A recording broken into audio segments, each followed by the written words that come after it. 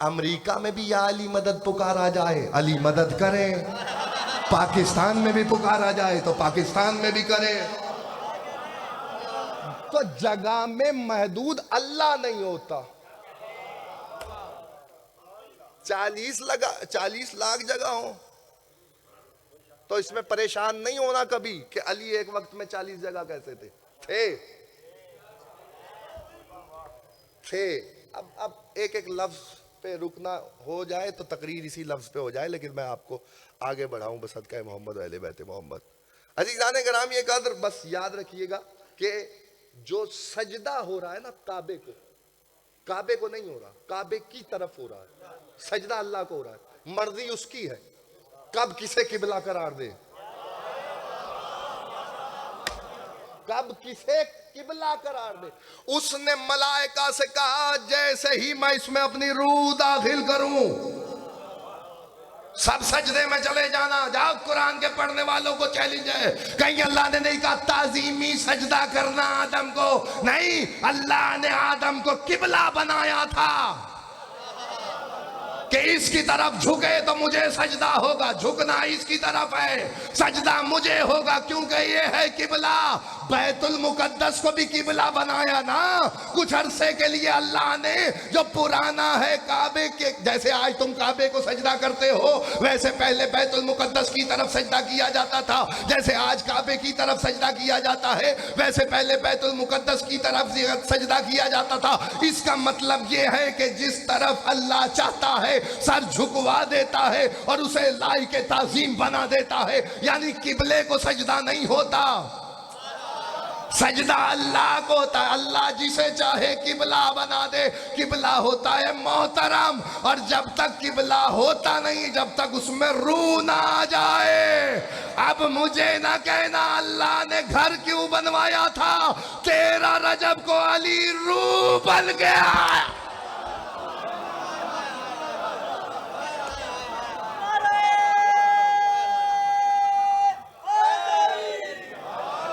روح کعبہ علی، روح کعبہ علی بن کے علی کعبے میں اترے۔ عزیزان گرامی قدر اس سے اچھا جملہ میرے پاس نہیں ہے۔ 13 رجب کو علی کعبے میں آئے، شہزادی کونین کی عظمت میں اس سے بڑا جملہ میرے پاس نہیں ہے۔ قبلہ حبیب رضا ادری صاحب، اگر اس سے پہلے یہ بات کسی سے سنی ہو تو آپ نے نہیں بولنا، باقی مجمع تو بولے، آپ بولیں گے تو یہ بھی بول پڑے گی۔ آپ کے کیا کہنے، بہت اچھا سن رہے ہیں آپ، مولا سلامت رکھے آپ کو۔ 13 رجب کو علی کعبے میں آ گئے۔ پڑھنے آیا ہوں میں سیدہ کے ذکر کے سلسلے میں مجلس۔ بیت اللہ کعبہ شبیہ ہے بیت معمور کی، شبیہ ہے بیت معمور کی۔ امام صادق صلوات اللہ علیہ، نہیں معصوم کے نام پہ بلند آواز سے صلوات تلاوت فرمائیے۔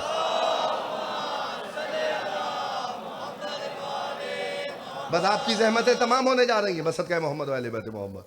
صادق آل محمد سے راوی نے پوچھا، فرزند رسول بیت معمور کیا ہے؟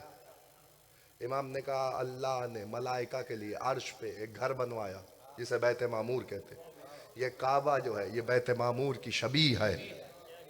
امام نے کہا اگر بیت معمور سے ایک دھاگا زمین کی طرف چھوڑا جائے تو سیدھا کعبے کی چھت پہ آئے۔ جملہ یاد رکھنا عزیزان گرامی قدر۔ راوی نے پھر پوچھا اللہ نے گھر کیوں بنوایا؟ امام نے کہا ہماری دادی زہرا کے نور کو بیت معمور میں رکھا۔ مولا کی قسم اس سے اچھا جملہ میرے پاس نہیں ہے، یہ ساری تمہید، یہ حدیث میں نے آپ کے سامنے۔ اللہ نے ہماری دادی فاطمہ کے نور کو بیت معمور میں رکھا، یہ بات یاد رکھیے گا۔ 11 اماموں، توجہ، 11 اماموں اور ان کے والد گرامی جناب امیر المومنین اور ان کے برادر رسول اکرم کے لیے تو یہ کہا جاتا ہے اور زیارتوں میں پڑھا جاتا ہے کہ آپ پاک صلبوں سے گزارے گئے۔ زیارت کے فکرے ہیں، امام صادق کی تعلیم کی ہوئی زیارت ہے، یاد رکھیے گا آپ. لیکن جناب سیدہ کے لیے یہ فکرہ نہیں آتا. سیدہ کو جب دنیا میں ظاہری طور پر آنا تھا تو محبوب کو عرش پہ بلایا، عرش پہ بلایا، بیت معمور قبلہ بیت معمور میں رکھا شہزادی کے نور کو. کہا فرزند رسول وہاں کیا ہوتا ہے؟ کہ ملائکہ 2400 گھنٹے طواف کرتے ہیں بیت معمور کا. تو کہا اچھا پھر کیا کیا اللہ نے؟ کہ زمین پہ حکم دیا کہ زمین پہ میرا گھر بنایا جائے. اور جب زمین پہ گھر بنا وَإِذْ يَرْفَعُ إِبْرَاهِيمُ الْقَوَاعِدَ مِنَ الْبَيْتِ وَإِسْمَاعِيلُ رَبَّنَا تَقَبَّلْ مِنَّا إِنَّكَ أَنْتَ السَّمِيعُ الْعَلِيمُ. جب باپ اور بیٹا کعبے کی دیوار بلند کر چکے تو کہنے لگا اللہ آواز دو انسانیت کو. ابراہیم اور ابراہیم نے کہا پروردگار یہاں میں ہوں یا اسماعیل ہے، تیسرا تو کوئی ہے نہیں. آواز آئی ابراہیم آواز دینا تیرا کام ہے، انسانوں تک پہنچانا ہمارا کام ہے. مفسرین و محدثین سب نے لکھا جس نے ابراہیم کی آواز پہ جہاں لبیک کہا، جو ماں کے شکم میں تھا، باپ کے صلب میں تھا، ارحام سے ہوتا ہوا عالم زر تک بات گئی، عالم افلاق تک بات گئی، عالم ارواح تک بات گئی. جو جہاں جہاں تھا جس نے ابراہیم کی آواز پہ لبیک کہا وہ یقیناً جب دنیا میں آئے گا تو ایک دفعہ حج کرنے کے لیے ضرور جائے گا. وہ ابراہیم کی آواز ہے جسے صرف انسانیت کا امام بنایا ہے. قَالَ إِنِّي جَاعِلُكَ لِلنَّاسِ إِمَامًا، ہم تمہیں انسانیت کا امام بنا رہے ہیں. تو اس کی آواز کی پرواز یہ ہے کہ جو انسان جہاں تھا اس نے وہاں آواز سنی، اور جب وہ آئے گا تو کعبہ حج کرنے کے لیے ضرور جائے گا. بس یہی فرق ہے انسانوں کے امام میں اور عالمین کے امام میں. کیا فرق ہے؟ انسانوں کے امام نے بھی ایک آواز دی کہ حج کے لیے آؤ، عالمین کے امام نے بھی ایک آواز دی. کیا آواز دی؟ من کنت مولا ہو فہذا علی مولا. جو جہاں تھا اس نے سنا، جس نے لبیک کہا وہی تو ذکر مولا میں آ. توجہ میں نتیجہ آپ کے حوالے کرنے جا رہا ہوں. جس نے جہاں لبیک کہا، جس نے ولایت کا اقرار کیا، جس نے ولایت کا اقرار کیا وہ آیا. آگے بڑھو. معصوم نے کہا ہماری دادی کے نور کو رکھا، وہاں نور رکھا سیدہ کا، یہاں نور اتارا علی کا. بیدار ہو میں جملہ کہوں، وہاں نور رکھا سیدہ کا، یہاں نور اتارا علی کا. یہ بنایا انسانوں کے لیے، وہ بنایا ملائکہ کے لیے. معصوم طواف کریں، وہاں معصوم ہیں. یہ وہاں نہیں جا سکتے، وہ یہاں نہیں آتے. میں نے تو نہیں سنا، آپ نے سنا ہو کہ کوئی اللہ نے قافلہ بھیجا ہو کہ وہاں سے عرش سے اترا ہو اور حج کرنے کے لیے یہاں آیا ہو اور وہ حج والے مجمع میں شامل ہوا ہو اور اس نے حج کیا ہو. آپ نے سنا ہے کہ 10 ذی الحج کو کعبے میں حاجیوں کے ساتھ ساتھ ملائکہ بھی تھے؟ کہ نہیں صاحب ان کے لیے وہی کافی ہے. وہ بیت معمور کا طواف کریں، انسان کعبے کا طواف کریں. یہی آپ کو سمجھانا ہے. یہ وہاں نہیں جا سکتے، وہ یہاں نہیں آ سکتے. یہ وہاں نہیں جا سکتے، وہ یہاں نہیں آ سکتے. وہ وہاں طواف کریں، یہ یہاں طواف کریں. کائنات میں کوئی جگہ تو ایسی ہونی چاہیے تھی جہاں وہ والے بھی آ جاتے اور یہ والے بھی چلے جاتے. آپ نہ بولو گے تو مجلس میں آنے کا کوئی فائدہ نہیں ہے، مجلس سننے کا فائدہ کوئی نہیں ہے اگر یہ بات آپ تک نہ پہنچی. عزاداروں کے لیے میں جملہ ہدیہ کر کے جا رہا ہوں، لالا موسیٰ کا غیور مجمع. اگر جملہ تمہارے دل میں اترے تو استقبال ویسے کرنا جیسے حق کے حسینیت ہے. ادائے حسین کی قسم کھا کے کہتا ہوں انہی 2 نور کے دریاؤں کو اللہ نے ملایا. جب حسین دنیا میں تشریف لائے، حسین نے کہا نہ گھبراؤ، میں وہاں والوں کو بھی بلا لوں گا، یہاں والا.